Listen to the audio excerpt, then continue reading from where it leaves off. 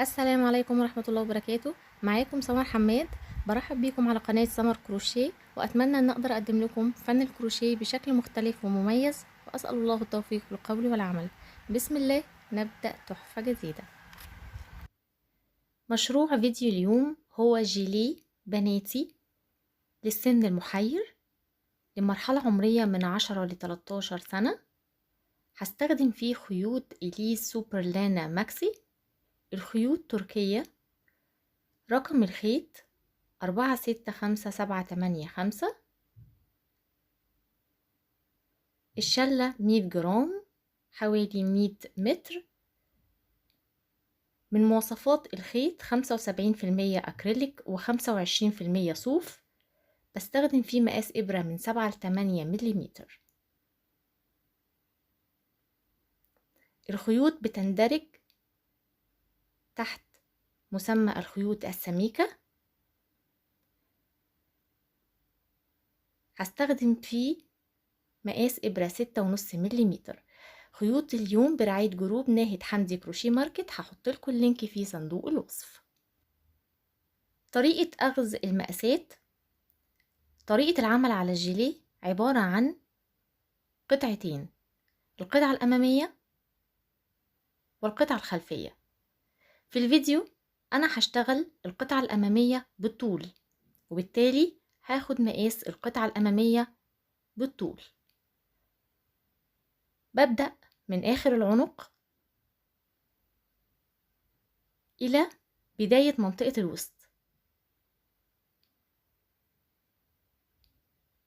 50 سنتي.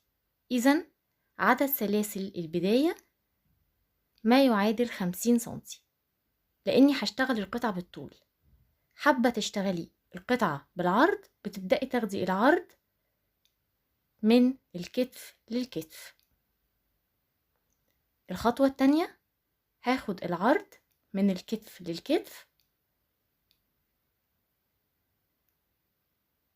40 سنتي. إذن هشتغل القطعة الأمامية بطول 50 سنتي وعرض 40 سنتي. أما بالنسبة لمقاسات القطعة الخلفية فهيتم استنتاجها بعد الانتهاء من العمل على القطعة الأمامية، وبالتالي مش هاخد أي مقاسات للقطعة الخلفية. الأساس هي القطعة الأمامية بالطول والعرض اللي حددناه، وبناء عليه هيتم الانتهاء من الجيليه. هنبدأ العمل بسم الله. زي ما وضحت لحضراتكم، أول خطوة هشتغل القطعة الأمامية، واللي على أساسها هيتم عمل القطعة الخلفية. القطعة الأمامية أنا هشتغلها بالطول، وبالتالي هشتغل مجموعة من السلاسل ما يعادل 50 سنتي.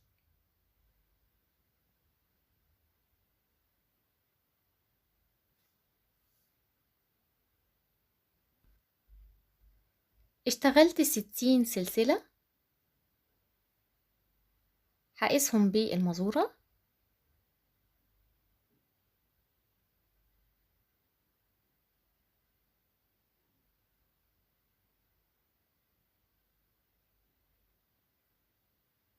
أهم حاجة وأنا بقيس ما بشدش السلسلة.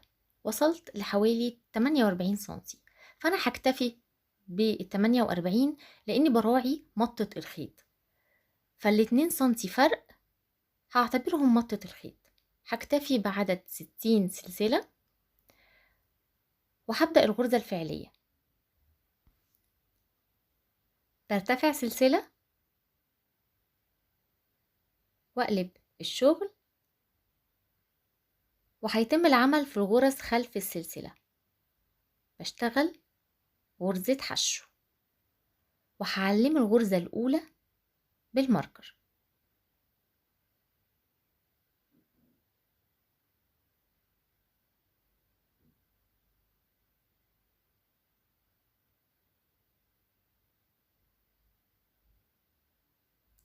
في نفس الغرزة ونفس المكان اللي اشتغلت فيه غرزة الحشو هشتغل غرزة نص عمود.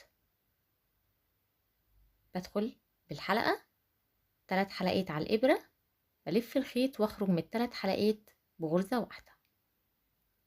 إذن بشتغل غرزة حشو وغرزة نص عمود في نفس الغرزة، بتجاهل الغرزة اللي بعدها واشتغل في اللي بعدها مباشرة غرزة حشو،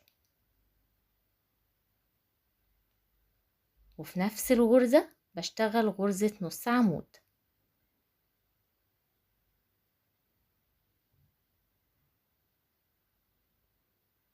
بتجاهل غرزة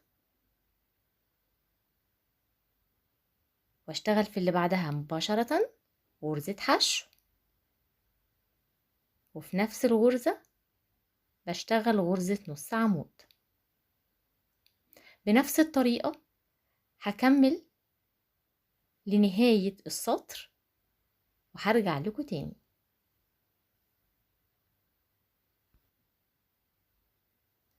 ووصلت لآخر غرزتين في الدور بتجاهل غرزة، وفي الغرزة الأخيرة بشتغل غرزة حشو، وفي نفس الغرزة بشتغل غرزة نص عمود.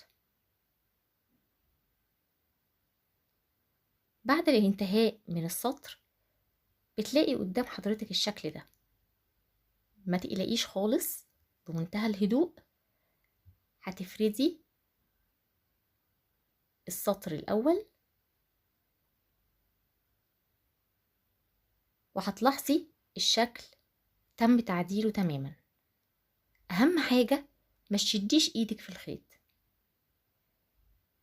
الخيط سميك وبطبيعته مش محتاج شد، واحدة واحدة هتلاقيه اتفرد معاكي.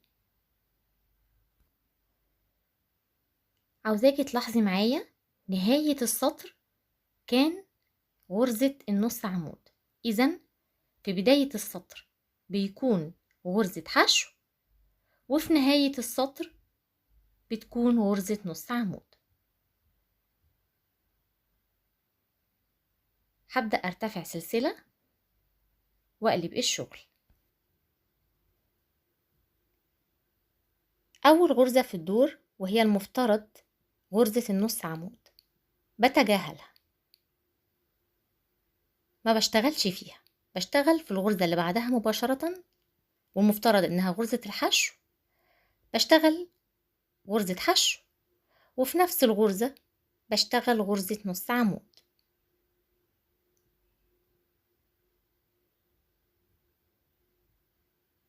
بتجاهل غرزة واشتغل في اللي بعدها مباشرة غرزة حشو، وفي نفس الغرزة غرزة النص عمود. إذن غرزة التجاهل هي غرزة النص عمود، والغرزة اللي بيتم العمل فيها هي غرزة الحشو.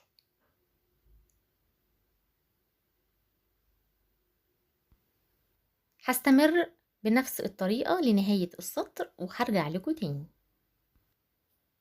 ووصلت لنهاية السطر، الغرزة اللي قبل الأخيرة بتجاهلها، وآخر غرزة بشتغل فيها غرزة حشو، وفي نفس الغرزة بشتغل غرزة نص عمود. وارتفع سلسلة واقلب الشغل، وهبدأ أكمل بنفس الطريقة غرزة الجيلي. هشتغل مجموعة من السطور إلى أن أصل لعرض 40 سنتي.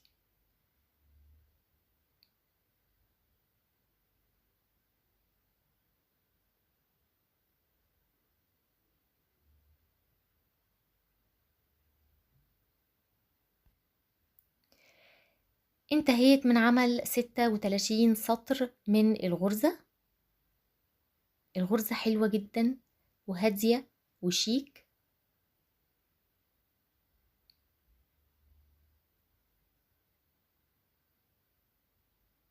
حابة دلوقتي أقيس المقاسات عرض وطول. وصلنا بال36 سطر لعرض 40 سنتي.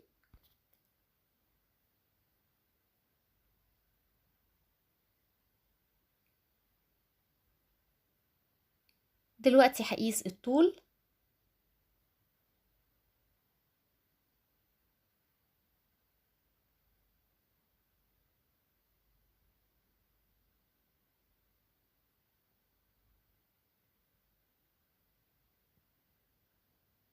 خمسين سنتي.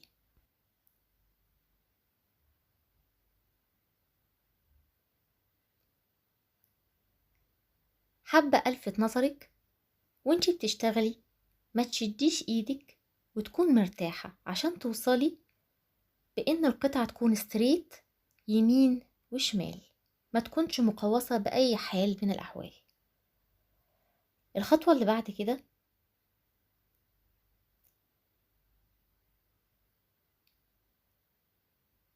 ده السطر ال36. هبدأ أشتغل على الحافة الخاصة بيه. بقلب القطعة ومفترض إنها أعلى الجيلي. الغرزة الأخيرة اشتغلت فيها حشو ونص عمود. في نفس الغرزة هشتغل غرزة نص عمود وهعلمها بالماركر، ودي أول غرزة في الجانب الآخر أو في الجانب العلوي من الجيلي. هبدأ أشتغل فين؟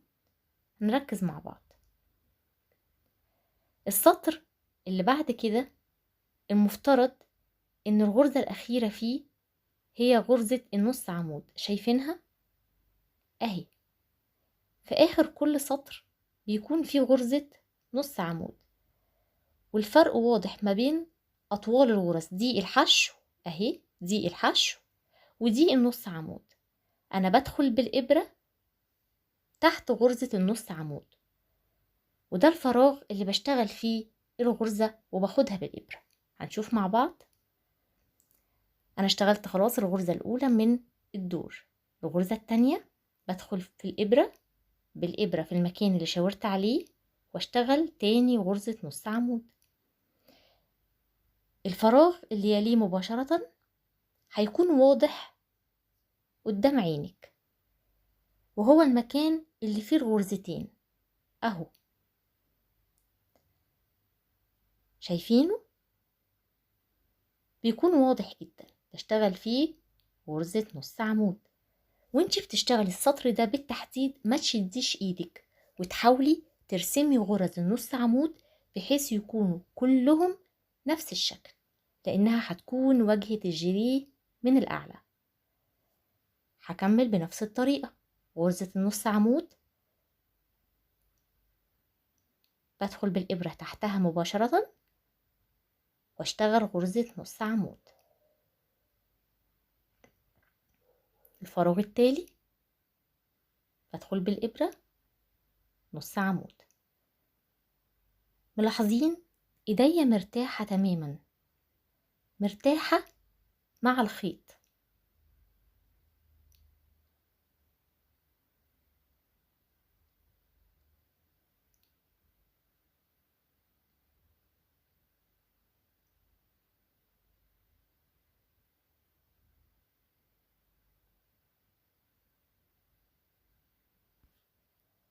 هكمل بنفس الطريقة غرز نص عمود في الأماكن اللي حددتها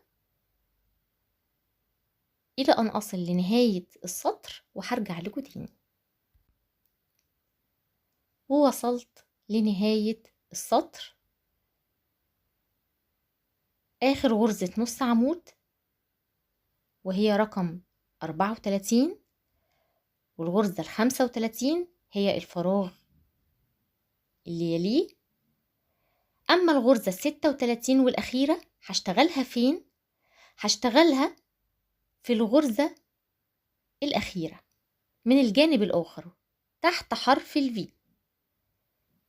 بدخل تحت حرف الفي واشتغل الغرزة 36 والأخيرة نص عمود، واشتغل عليها سلسلة وشد الخيط. إذن عرض الجيليه 36 سطر، اشتغلت عليه 36 غرزة نص عمود.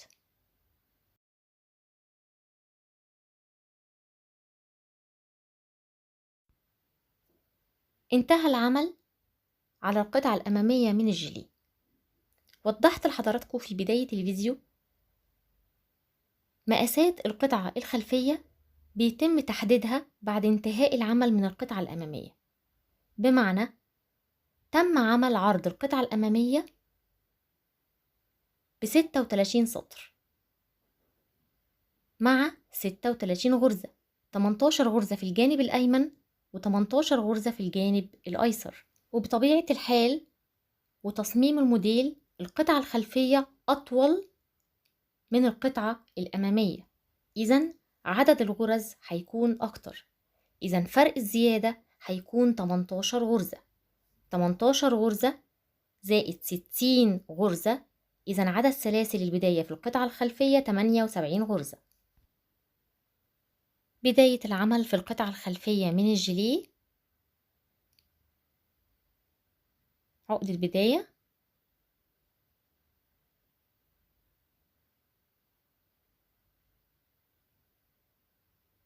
هشتغل عدد 78 سلسلة.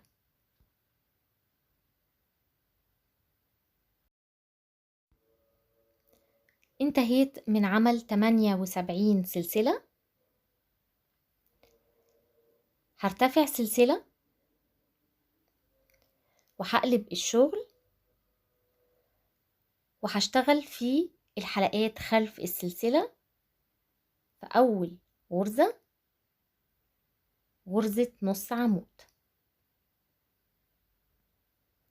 واللي بعدها غرزة نص عمود، واللي بعدها غرزة نص عمود. هكمل بنفس الطريقة على 78 سلسلة غرز نص عمود وهرجع لكم تاني.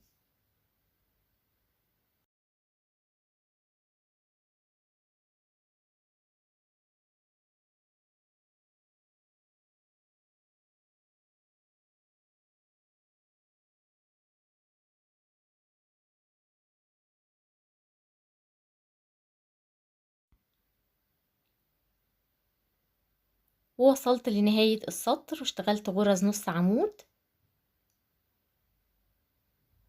برتفع سلسلتين واقلب الشغل، وفي أول غرزة غرزتين الارتفاع أنا بتجاهلهم، بدخل في أول غرزة في السطر في الحلقة الخلفية منها واشتغل غرزة نص عمود. الغرزة اللي بعدها في الحلقة الخلفية بشتغل غرزة نص عمود، اللي بعدها غرزة نص عمود، وهكذا. هستمر بالعمل بغرز نص عمود في الحلقة الخلفية لنهاية السطر وهرجع لكم تاني. آخر غرزة في الدور بتكون مايلة للخلف قليلا، كوني حريصة ما تنسيهاش. برتفع سلسلتين واقلب الشغل واستمر بنفس الطريقة، غرز نص عمود في الحلقة الخلفية. هشتغل مجموعة من السطور وهو عدد 36 سطر، يساوي عدد سطور القطعة الأمامية. هنتهي من عمل 36 سطر وهرجع لكم تاني. انتهيت من عمل 36 سطر من غرزة النص عمود في الحلقة الخلفية. الغرزة ولا أروع، تتمتع بالمرونة.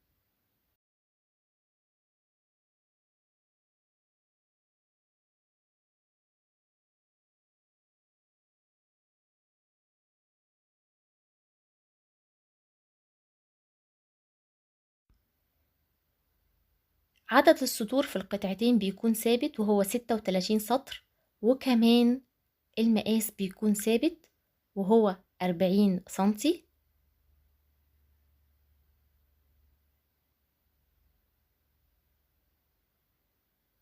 أما الطول بيختلف، في القطعة الأمامية كان 50 سنتي، أما في القطعة الخلفية فهو وصل معايا ل65 سنتي، وده بيكون راجع لفرق 18 غرزة الإضافية الخاصة بمنطقة الرقبة والكتف.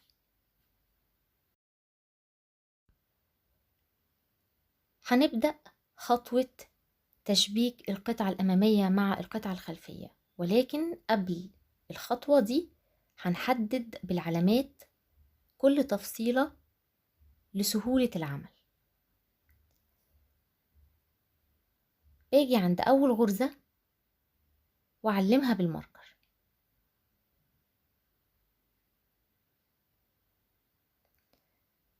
وأعد 18 غرزة من أول الغرزة اللي فيها العلامة،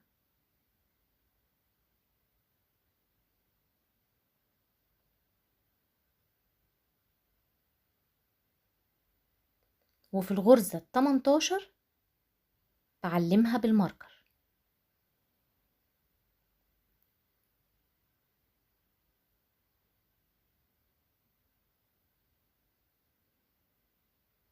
نفس الخطوات هيتم تنفيذها في الجانب الآخر. أول غرزة بعلمها بالماركر،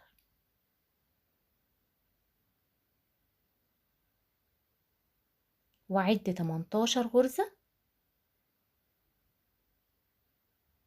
وفي الغرزة 18 بعلمها بالماركر،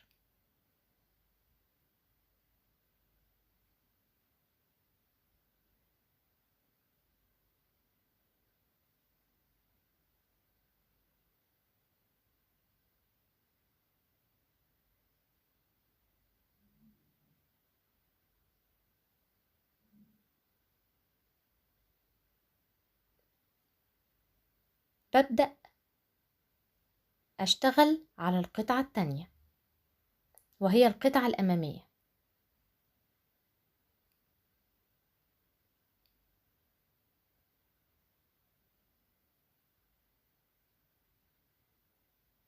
بقسم 18 غرزة بداية من الغرزة الأولى اللي تم وضع العلامة فيها في السابق.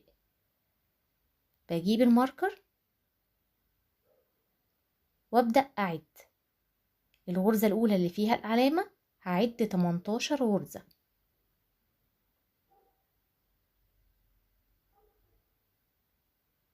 وفي الغرزة 18 بعلمها بالماركر، وبالتأكيد النص التاني كله 18 غرزة بعلمها في الغرزة اللي بعدها مباشرة. إذن 18 يمين و18 شمال.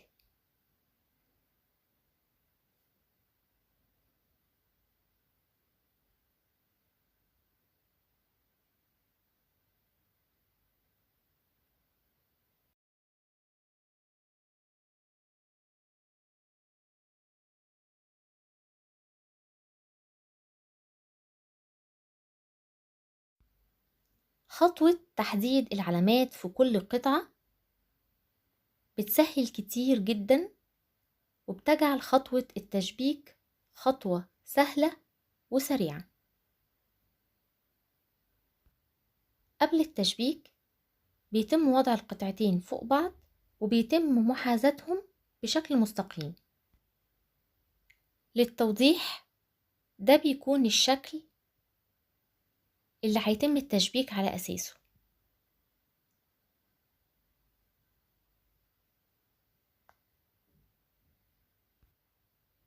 الغرزة الأولى مع الغرزة الأولى المقابلة ليها في القطعة الأمامية، وكذلك الغرزة الأخيرة 18 غرزة.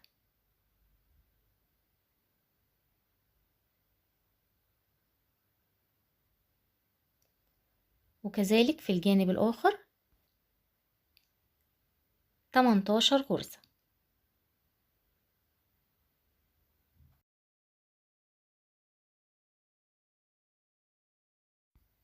هنبدأ الخطوة الأخيرة وهي خطوة التشبيك. بعد الانتهاء من عمل القطعة الخلفية لم يتم فصل الخيط، وبالتالي هيتم التكملة من خلاله.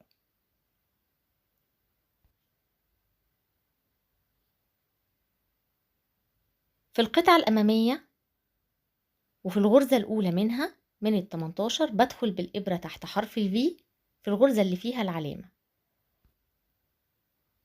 وبشكل رأسي أو عمودي بدخل بالإبرة في الغرزة المقابلة تحت حرف الفي زي ما حضراتكم شايفين، واسحب الخيط واخرج من جميع الحلقات بغرزة منزلقة، وبشد الخيط تحت القطعتين لسهولة السحب، وبضع القطعة الأمامية على القطعة الخلفية. بدخل بالإبرة تحت حرف الفي، ثم تحت حرف الفي في الغرزة المقابلة في القطعة الخلفية، واسحب الخيط واخرج من جميع الحلقات بغرزة منزلقة. كوني حريصة في مرحلة التشبيك بغرزة المنزلقة في الجيليه ما تشديش ايدك نهائي. غرز المنزلقة لازم تكون واضحة ومش مشدودة، وتكون مرسومة مع حروف الفي لغرزة الجيليه، لذلك لازم تكون ايدك مرتاحة في غرزة المنزلقة زي ما هو واضح قدام حضراتكم. هشتغل بنفس الطريقة على 18 غرزة إلى أن أصل للغرزة 18 اللي فيها العلامة.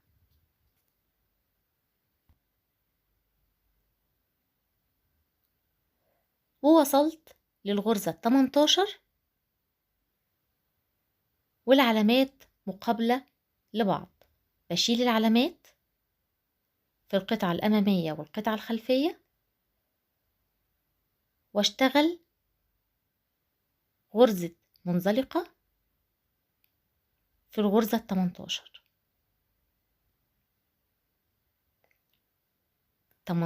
غرزة منزلقة. هبدأ أكمل واشتغل 10 غرزة منزلقة من 60. بدور القطعة واشتغل أول غرزة منزلقة من 60. هشتغل 10 بنفس الطريقة. القطعة الأمامية بتكون أعلى القطعة الخلفية. هخلص 10 وهرجع لكم تاني. انتهيت من عمل 10 غرز منزلقة من 60. هبدأ أتجاهل عدد من الغرز في منطقة الدراع. هتجاهل 20 غرزة، ولكن مش هفصل الخيط. هشتغل برضو منزلقة ولكن على القطعة الأمامية فقط.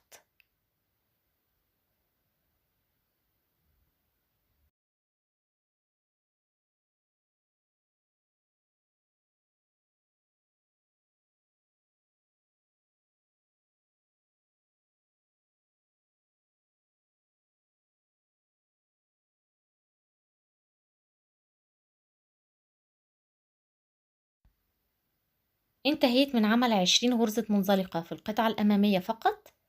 هبدأ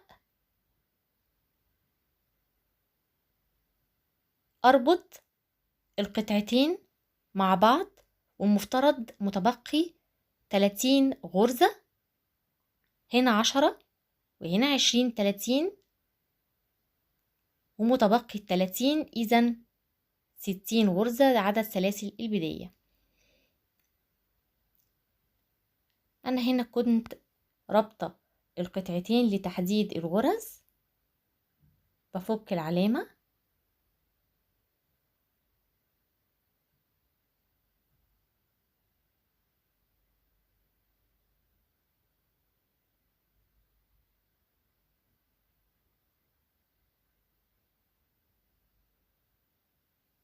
وهبدأ في أول غرزة من ال30 أرجع لنفس طريقة التشبيك اللي ابتديت بيها القطعة، غرز منزلقة،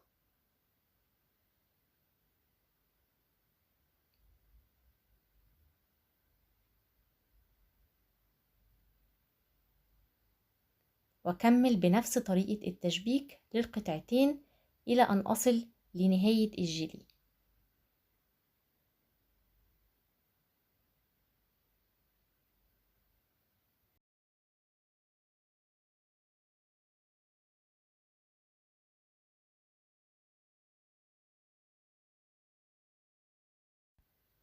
بنفس الخطوات هيتم تنفيذها في الجانب الآخر من الجيلي.